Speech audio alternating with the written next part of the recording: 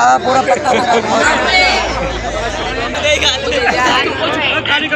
मंच पर उपस्थित मेरे पिता तुल्य, वैसे तो मैं ताऊ जी कहती हूँ, परम आदरणीय राजवीर सिंह राजू भैया जी, परम आदरणीय विधायक देवेंद्र लोधी जी, परम आदरणीय विधायक देवेंद्र लोधी जी, परम आदरणीय प्रीतम लोधी जी, आदरणीय राजीव लोधी जी, मंच पर उपस्थित सभी आदरणीय गण, मुझे लगता है यहाँ से बेहतर है।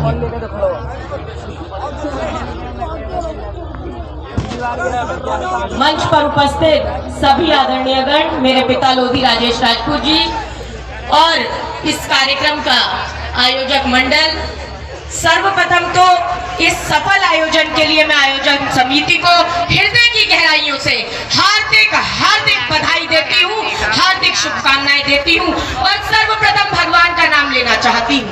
ऋग्वेद में एक मंत्र आता है, अग्नि वीणे पुरोहितम यज्ञस्य देव मृत्युसम होतारम रत्न धातमम, ऋतुओं के निर्माता इस जग के प्रकाशक उस परमात्मा को मैं बारंबार प्रणाम करती हूँ, शत नमन करती हूँ। और आज अपने बुलंदशहर के इस परिवार के सदस्यों से पूछना चाहती हूँ कि आपकी नजर में यज्ञ क्या है? क्या केवल हवन कुंड में आहुति डालना ही यज्ञ कहलाता है? नहीं, किसी भूखे को भोजन कराना भी यज्ञ कहलाता है, किसी प्यासे को पानी पिलाना भी यज्ञ कहलाता है, किसी राहगीर को राह दिखाना भी यज्ञ कहलाता है, किसी अशिक्षित को शिक्षित करना भी यज्ञ कहलाता है, एक रोगी को निरोगी बनाना यज्ञ कहलाता है, अपने माता पिता का सम्मान करना यज्ञ कहलाता है, महिलाओं का आदर करना यज्ञ कहलाता है, युवाओं को प्रोत्साहित करना यज्ञ कहलाता है और सबसे बड़ी बात, अपने समाज में राजनीतिक चेतना जगाने के लिए ऐसे कार्यक्रमों का आयोजन कराना महायज्ञ में आहुति देने के लिए आए हुए हैं। सबसे पहले अपने बारे में बता देती हूँ, हो सकता है कुछ बहुत लोग मुझसे अनभिज्ञ हो सकते हैं। मैंने 2.5 वर्ष की उम्र से बोलना प्रारंभ किया, 2.5 साल की उम्र से लेकर आज तक अपने पिता लोधी राजेश राजपूत जी की उंगली पकड़कर देश भर के राजनीतिक, सामाजिक और धार्मिक क्षेत्रों के बड़े बड़े मंचों से हजारों जनसभा और रैलियों को संबोधित किया है। मैंने 3.5 साल की उम्र में ही सबसे पहली प्रेस वार्ता को संबोधित किया था और जब बुलंदशहर आई हूँ और स्वर्गीय बाबूजी कल्याण सिंह जी की याद न की जाए तो फिर तो मुझे लगता है बात अधूरी होगी। मुझे याद है सिंह जी ने जिस समय राष्ट्रीय क्रांति पार्टी बनाई थी तो मेरे घर पर दिल्ली विश्वास नगर आवास में आए थे और मैं 4 वर्ष की थी, उसके बाद भी मुझे मुख्य वक्ता के रूप में कासगंज 12 पत्थर मैदान की रैली में आयोजित और मैंने वहां अपना भाषण दिया था, मुझे आज भी याद है। और मैं बताना चाहती हूँ, मई 2001 में मैंने रायबरेली के सताव में आयोजित एक विशाल रैली को संबोधित करते हुए तत्कालीन संचार मंत्री रामविलास पासवान जी से अनुरोध किया था कि आप तो संचार मंत्री हैं, आप वीरांगना रानी अवंतीबाई लोधी जी का एक डाक टिकट जारी करा दीजिए। करते हुए 19 सितंबर 2001 को मेरे गृह जिले उत्तर प्रदेश के एटा में मेरे पिता लोधी राजेश राजपूत जी के अथक प्रयासों के बाद 4 रुपए मूल्य का वीरांगना रानी अवंतीबाई लोधी जी का डाक टिकट जारी किया। माननीय बाबूजी कल्याण सिंह जी ने मुझे सम्मानित करने का काम जब मुख्यमंत्री बने तो मुख्यमंत्री आवास पर बुलाकर किया। आदरणीय राजवीर सिंह राजू भैया जी ने मुझे हमेशा एक बेटी की तरह स्नेह देने का काम किया है।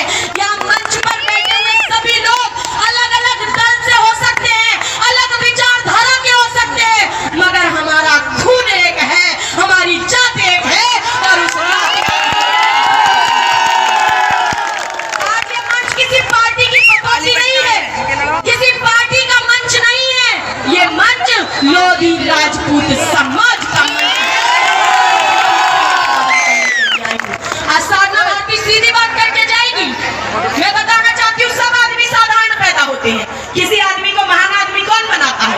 उसका कर्म, उसका व्यक्तित्व, उसका कर्म, उसका व्यक्तित्व, उसकी अडिगता, उसकी सरलता, उसके उद्देश्य की व्यापकता, उसके प्रति प्रतिबद्धता, उसके जीवन की जंग में दंग कर देने वाले ऐतिहासिक परिणामों के साथ उस व्यक्ति को महान बना देते हैं, साधारण से असाधारण बना देते हैं।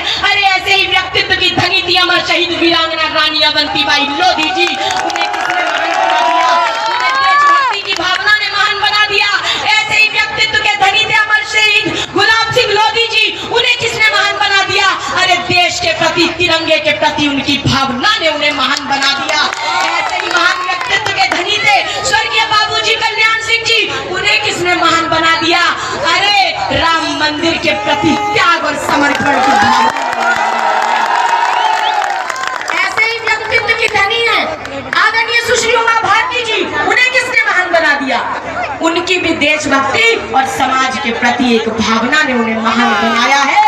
और ऐसे ही व्यक्तित्व के धनी आदरणीय राजवीर सिंह राजू भैया जी, उन्हें किसने महान बना दिया? मुझे आज ये भीड़ और लगातार कार्यक्रम देखकर लगता है कि समाज में राजनीतिक जागरूकता जगाने की भावना ने उन्हें महान बनाया है। के लिए आपके बीच आए मैं यही कहूंगी कि मेरा सौभाग्य मैं माननीय सुश्री उमा भारती जी की गोदी में खेली। स्वर्गीय बाबूजी कल्याण सिंह जी ने लोधी समाज को राजनीतिक पहचान देने का काम किया। माननीय सुश्री उमा भारती जी ने एक केंद्रीय मंत्री पद से लेकर मध्य प्रदेश की प्रथम महिला मुख्यमंत्री बनने तक का सफर तय कर लोधी समाज की उस पहचान को चार चांद लगाने का काम किया।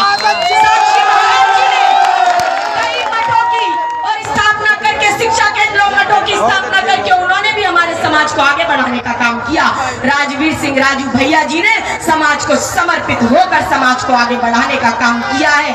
आदरणीय प्रीतम लोधी जी हमारे बीच में है, आदरणीय विधायक देवेंद्र जी हमारे बीच में है, इन्होंने समाज को आगे बढ़ाने का काम किया है। मैं ये कहूंगी कि इनके लिए मान सम्मान हमारी नजरों में हमेशा बना रहेगा। परंतु जब समाज के मंचों से आएंगे और राजनीतिक चर्चा नहीं करेंगे तो मुझे लगता है ये सही बात नहीं है। राजनीतिक चर्चा भी होनी चाहिए, मगर राजनीतिक चर्चा किसी एक दल के लिए नहीं होनी चाहिए। राजनीतिक चर्चा समाज के प्रतिनिधित्व के लिए होनी चाहिए। इशारा किया जा रहा है कि समय कम है, मैं इसीलिए अंतिम में यही कहूंगी, मैं हमेशा कहती हूँ और इसमें मंच पर बुरा मानने की बात नहीं है, मैं कांग्रेस की आज राष्ट्रीय प्रवक्ता हूँ, लेकिन राष्ट्रीय प्रवक्ता के नाते इस कार्यक्रम में नहीं आई हूँ, मैं लोधी समाज की बेटी होने के नाते इसीलिए आज दंगे की चोट पर अंतिम में ये कह रही हूँ कि लोधी राजपूत समाज न भाजपा का बंधुआ मजदूर है, लोधी राजपूत समाज न कांग्रेस का बंधुआ मजदूर है, लोधी राजपूत समाज न सपा का बंधुआ मजदूर है, लोधी राजपूत समाज न बसपा का बंधुआ मजदूर है। लोधी राजपूत समाज करोड़ों की संख्या में वास करता है, जिस दिन चाहेंगे तख्ता पलट देंगे।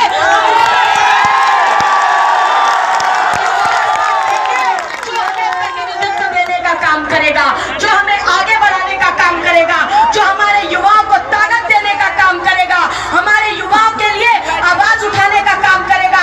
जब जब समाज के साथ अन्याय होगा, जो हमारे समाज के लिए न्याय की लड़ाई लड़ेगा, हम उसके साथ खड़े होने का काम करेंगे।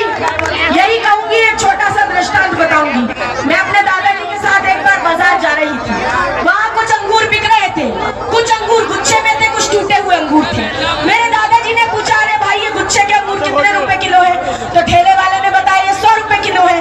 अब दादाजी ने कहा ये टूटे हुए अंगूर कितने रुपए किलो है? कहा ये तो 25 रुपए किलो है। दादाजी ने कहा हाँ भाई, ये गुच्छे के अंगूर ज्यादा मीठे होंगे, इनमें रस बहुत होगा, तभी ये तुम 100 रुपए किलो दे रहे हो। ये जो टूटे हुए अंगूर है ये कम मीठे होंगे, इसीलिए तुम 25 रुपए किलो दे रहे हो। तो ठेले वाले का नहीं बाबूजी, ये अंगूर जो टूटे हुए अंगूर है ये भी उतने ही मीठे हैं जितने गुच्छे के अंगूर है, मगर ये अपने गुच्छे से अलग हो गए हैं, इसीलिए आज इनकी कीमत चौथाई हो गई है। अगर संगठित रहोगे, एकत्रित रहोगे तो आपकी कीमत 100% आकी जाएगी। टूट जाओगे, बिखर जाओगे तो आपकी कीमत चौथाई हो जाएगी। अंतिम में बात को समाप्त करती हूँ, आश्वासन आपसे चाहूंगी, बस अंतिम में यही कहूंगी कि अधिकार खोकर बैठे रहना ये महादुष्कर्म है, न्यायालय से अपने बंधु को भी दंड देना धर्म है। उठो पाठ गांधी उठाओ और स्वजातीय बंधुओं को न्याय दिलाओ। जब संसद गूंगी शासन बहरा होने लगता है और कलम की आजादी पर भी पहरा होने लगता है, तब अंतर आ ही जाता है शब्दों की परिभाषा में। साधना भारती सहित स्वजातीय बंधुओं को चिल्लाना पड़ जाता है अंगारों की भाषा में।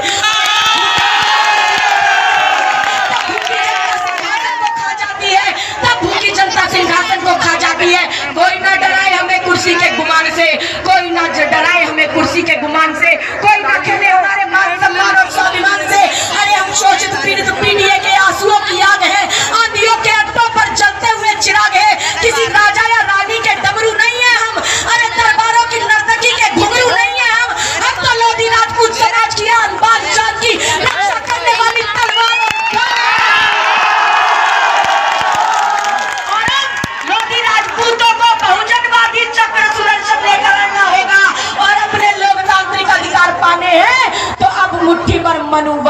लिए महाभारत लड़ना होगा। एक बार मुझे आश्वासन दिला दे, क्या आप सभी चाहते हैं कि 5 जनवरी को आदरणीय स्वर्गीय बाबूजी कल्याण सिंह जी की जन्म जयंती है?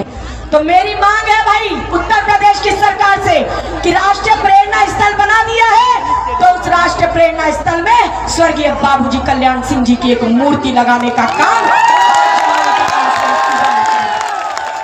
अमर शहीद गुलाब सिंह लोधी जी की भी मूर्ति उस राष्ट्रीय प्रेरणा स्थल में होनी चाहिए, क्योंकि हमारी राष्ट्र के प्रेरणा भैया आप भी चाहते हैं ऐसा होना चाहिए कि नहीं होना चाहिए? आप चाहते हैं ऐसा हो? आप मानते हैं कि हमारा समाज किसी पार्टी का बंधुआ मजदूर नहीं है? हम किसी पार्टी के बंधुआ मजदूर नहीं है। ये आवाज तो अब समाज की है, और समाज की क्या है? समाज के इस जोशीले युवा की आवाज है। तो दोनों हाथ खड़े करके आश्वासन दिला दीजिए, मेरी बात को सब मंच पर उपस्थित सभी लोग दोनों हाथ खड़े करके आश्वासन दिला दीजिए कि बाबूजी की भी मूर्ति लगनी चाहिए। हाथ खड़े कर ही दिए सभी लोगों ने, तो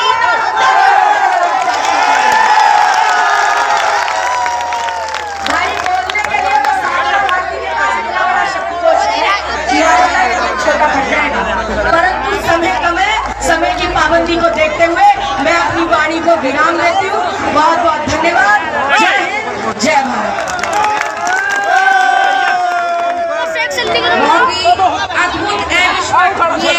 अद्भुत विचार प्रस्तुत किए, ऐसी नारी शक्ति को हमारा कोटि कोटि नमन।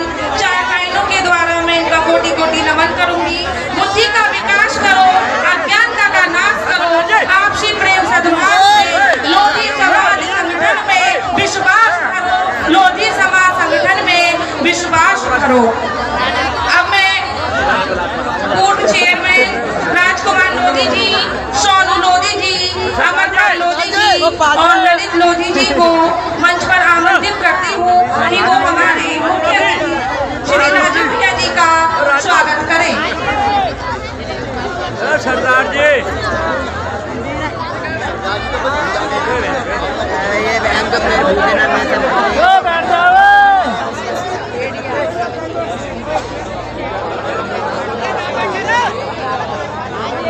जोरदार तालियां हो जाएं, गूंज उठाना चाहिए तालियों के शोर से। तालियों में कंजूसी न बरतें।